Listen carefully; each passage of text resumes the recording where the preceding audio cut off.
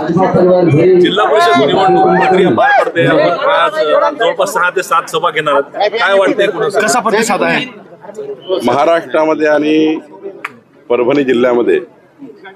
Bharatiya Janata party महायुतीचेच अध्यक्ष बनतील. सर्व 12 जिल्हा परिषदेच्या सर्व जागा भाजपा महायुती निवडून येईल. एकही जागा महाविकास आघाडीकडे जाणार नाही. सर्व अध्यक्ष भाजपा महायुतीचे होतील. काय वाटतं एकूणच? आता एकतर अजितदादांचं निधन झालेलं आहे, प्रचारही शांत झालेला आहे सगळीकडे. अजितदादाचा फार मोठा आपल्या सर्वांना माहिती आहे की त्या शोकामध्ये आपण सर्वच जाऊ, कारण ते तर माझ्या परिवाराचे अत्यंत जवळचे आहेत आणि त्यामुळं एक मोठा आघात आपल्यावर आला आहे. माननीय मुख्यमंत्र्यांनी स्वतः सर्व दौरे रद्द केलेले आहेत, पण त्या जिल्ह्याचे पालकमंत्री, काही माझ्यावर जबाबदारी आहे मराठवाड्याच्या 4 जिल्हा परिषदेच्या, तर मी आणि आमचे सर्व मंत्री त्या ठिकाणी कार्यकर्त्यांची जी निवडणूक असल्यामुळं कार्यकर्त्यांना आधार देण्याकरता आम्ही जातो आहे. पण कुठल्याही पक्षावर टीका न करता महायुतीमध्ये मनभेद नव्हता. अजितदादाच्या पक्षावरही काही चर्चा न करता अजितदादांचेही पक्ष या ठिकाणी लढत आहे. पण माझी विनंती सर्वांना आहे की अजितदादाचं एक मोठं दुःख महाराष्ट्रावर आहे.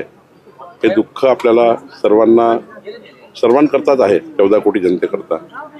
या दुःखातून महाराष्ट्र निघाला नाही, पण तरी आपण त्या ठिकाणी सर्वांनी शांतपणे कुठेही त्या ठिकाणी मनभेद नव्हता निवडणुका लढायच्या आहेत. दोन्ही राष्ट्रवादी एकत्र येण्यासंदर्भात चर्चा असताना कुठेतरी भाजप, मी सकाळीच बोललो या विषयावर. साहेब, जय पवार यांच्या नावाला खरं तर संमती आहे राज्यसभेवर.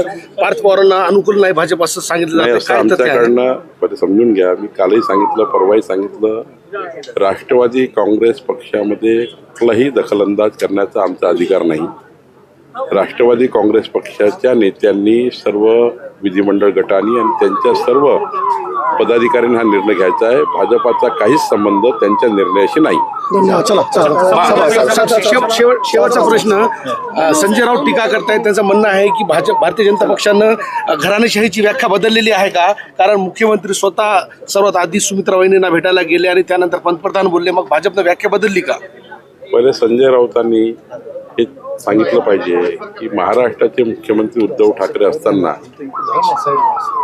आदित्य ठाकरेंना मंत्री करणारे कोण होते? पहिले घराणेशाही कोणी सुरू केली? म्हणजे घराणेशाही, आपल्या स्वतःची घराणेशाही पहिले सांगितली पाहिजे. घराणेशाहीवर चर्चा करण्याचा अधिकार संजय राऊतांना नाही आहे, कारण एक कार्यकर्त्याला ते मंत्री करू शकले असते उद्धव ठाकरे, पण त्यांनी स्वतःच्या घरातच उद्धव ठाकरेंनी आदित्य ठाकरेंना मंत्री केलाय.